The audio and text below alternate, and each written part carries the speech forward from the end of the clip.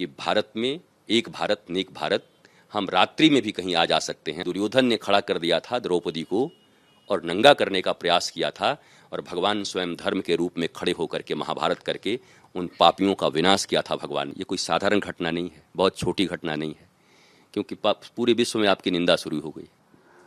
आनंदन धाम वृंदावन के रितेश्वर जी महाराज मेरे साथ मौजूद हैं। महाराज श्री, जिस जगह मेवात में हिंसा हुई वो वृंदावन के बेहद करीब है, भगवान कृष्ण की लीलाएं वहां हुई हैं, एक ब्रजमंडल यात्रा वहां होती है और अचानक पथराव हो जाता है। आप किस तरीके से देखते हैं, क्योंकि साधु सन्यासियों का वहां पे जाना होना था, वहां पे उस मंदिर से निकासी होनी थी, झिरकेश्वर महादेव तक वो यात्रा आनी थी, लेकिन जिस तरीके से प्लानिंग रची गई, आपका क्या सोचना है?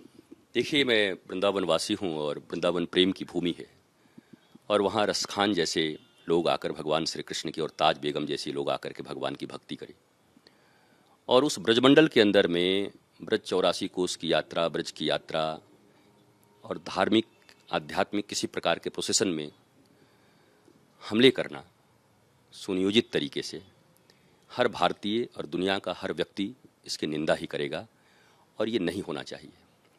अब मेरा ऐसा मानना है कि भारत देश की जो स्थिति है वो बहुत ज़्यादा रेडिकलाइजेशन के ऊपर चल रही है। हम अपने ही देश में विभिन्न स्थानों को संवेदनशील एरिया घोषित करके रखे हैं। देश की स्वतंत्रता के बाद 75-77 साल हो गए, अब कब तक संवेदनशील रहेगा? क्या ये भारत अपने देश के लिए, अपने राष्ट्रीयता के लिए, अपनी संस्कृति के लिए, अपने गौरव बोध के लिए कब जगेगा? हम अगर ऐसे ही संवेदनशील एरिया बना बना के अपने ही देश में धीरे धीरे सिमटते जाएंगे, मुझे लगता है कल के गए उन्हीं कंट्रीज़ की तरह घर से बाहर निकलते ही संवेदनशील एरिया में हम प्रवेश कर जाएंगे।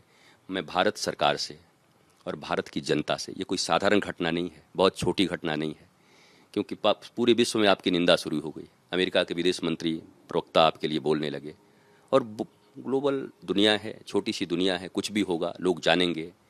G20 सम्मेलन होने हैं आपके यहाँ पर, उसके पहले भी ये सुनियोजित हमला भी हो सकता है। कहीं ना कहीं से भारत को बदनाम करने की एक प्रक्रिया भी है, मैं ये भी जानता हूँ, और ये गहराई में है, जड़ में है। ये संवेदनशील एरिया के कॉन्सेप्ट को भारत से, भारत के प्रधानमंत्री, सम्मानित गृह मंत्री, भारत की पूरी सरकार और भारत की जनता को मिल करके इस वर्ड को ख़त्म करना होगा कि भारत में एक भारत नेक भारत, हम रात्रि में भी कहीं आ जा सकते हैं, हमारी बहू बेटियां कहीं आ जा सकती हैं। साथ साथ मणिपुर का भी नाम ले लेता हूं, नहीं तो लगातार टिप्पणियां होने लगेंगी कि मणिपुर के विषय में आपका क्या कहना है। हिंसा कहीं भी हो, कोई भी सभ्य समाज उसका विरोध करेगा। बहू बेटियों को कहीं खड़ा किया जाए, किसी सभ्य समाज से आप उसका समर्थन की आशा रखते हैं? अरे वो तो दोनों भाई ही थे। दुर्योधन ने खड़ा कर दिया था द्रौपदी को और नंगा करने का प्रयास किया था, और भगवान स्वयं धर्म के रूप में खड़े होकर के महाभारत करके उन पापियों का विनाश किया था भगवान ने।